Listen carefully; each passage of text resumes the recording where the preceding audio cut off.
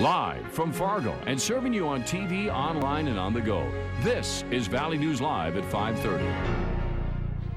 It's basically organized crime on two wheels, according to an expert. A Crookston native with experience reporting on that deadly outlaw biker shooting in Waco, Texas last month says biker gang violence is a very real possibility right here in the Valley. Good evening, and thank you for joining us. Tim Madigan is back in his hometown for a book signing in Crookston tonight. Valley News Team's Neil Carlson has more on all this. A shootout between rival biker gangs at a restaurant in Waco, Texas, left 9 people dead and 18 injured last month.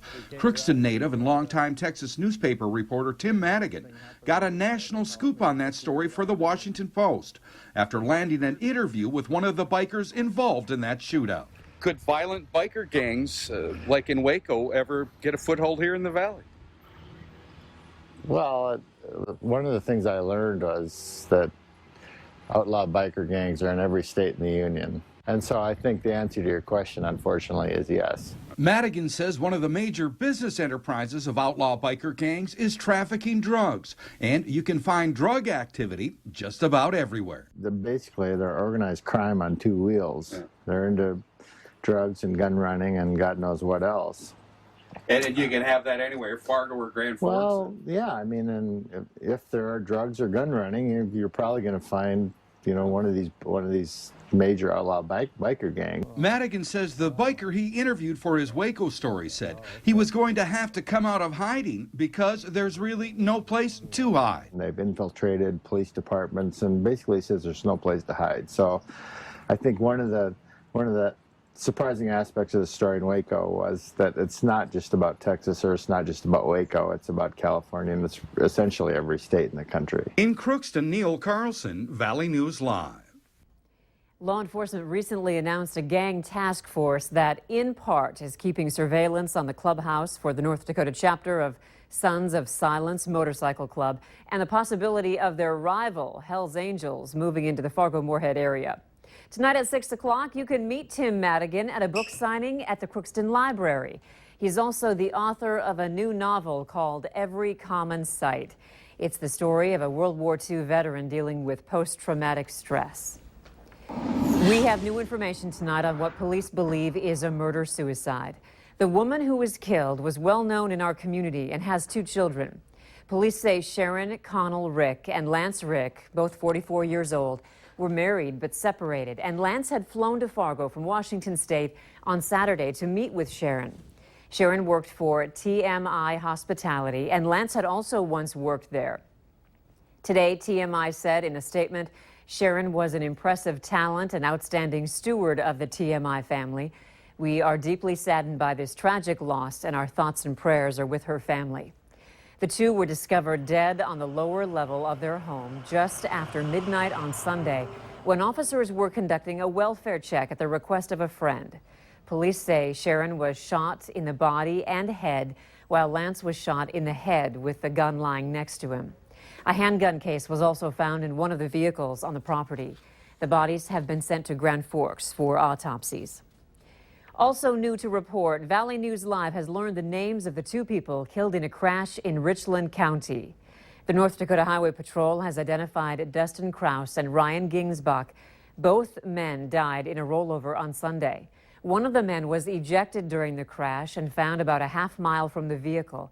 The other was found a mile from the crash. The Highway Patrol says the men were swept away in a drainage ditch, and that's why they were found so far from the crash site. The bodies are at the UND Medical Center for an autopsy. It's been a cloudy day out there, and there are rumblings of storms moving in. Let's get the latest from meteorologist Robert Hahn. Robert?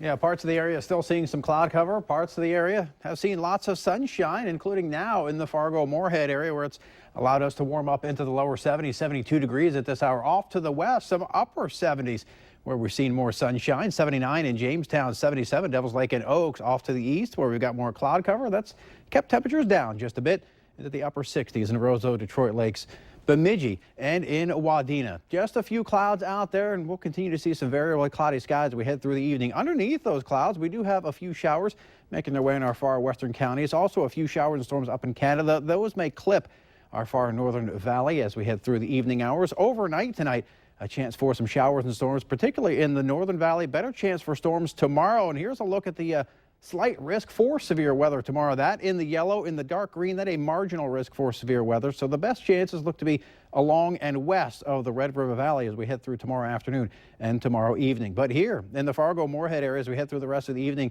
it's still going to be breezy. We'll see some clouds, some sun, and temperatures slowly dropping off into the mid-60s by the 9 o'clock hour. More on that chance for storms coming up in just a few minutes. All right, thank you, Robert.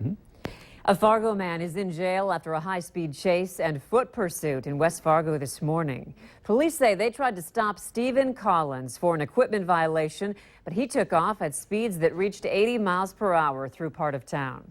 He later pulled over and ran from his car. A K-9 team found him a short time later. Collins is facing numerous charges, including reckless endangerment, driving under suspension, and fleeing. If you need help uncovering fraud and corruption in your community, call our whistleblower hotline at 701-237-6576 and leave your tip. A member of our investigative team will get on the case and go to work to expose the truth. The Fargo Police Department has sent out a warning about an increase in burglaries, vandalism, and auto theft around Carl Ben Eielson School.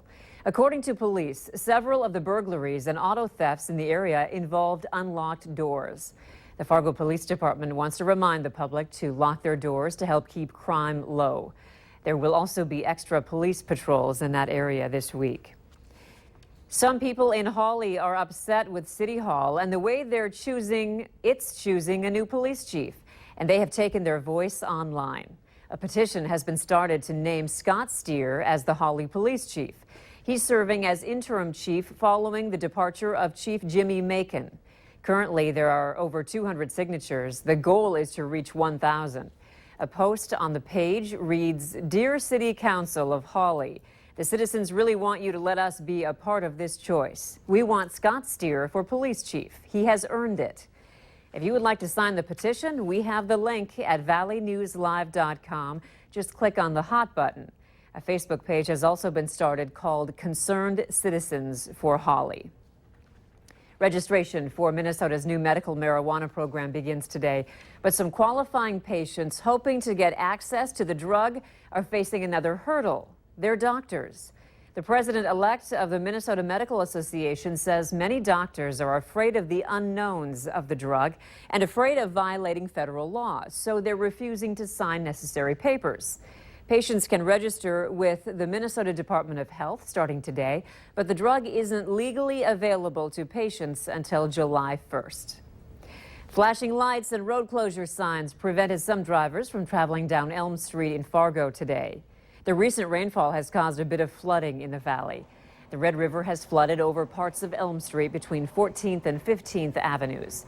Water is covering the road in that area. It's not known when it will open back up. Free rides between Fargo and Moorhead are now available thanks to the city's creating Link FM. A shuttle bus service started today to help connect the two cities. 10 stops include places like the Moorhead Center Mall, Plains Art Museum, and the Family Health Center. And soon, Link FM organizers say it will feature more than just a free ride.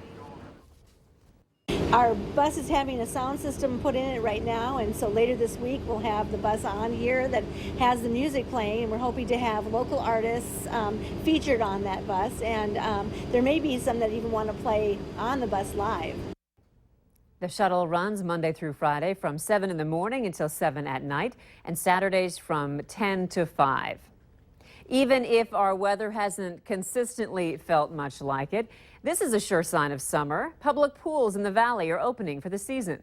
The Fargo Park District's 5 outdoor pools opened today. Ticket prices are $2.20 for youth, $3.25 for adults. Lifeguards remind parents to supervise their kids to help keep them safe at the pool. I would remind them to maybe come with a buddy, stick with a buddy, have a good buddy system at the pool. No running, obviously, on deck can get very slippery. And then when they're jumping in, to go feet first instead of head first in shallow water, because that can be very dangerous.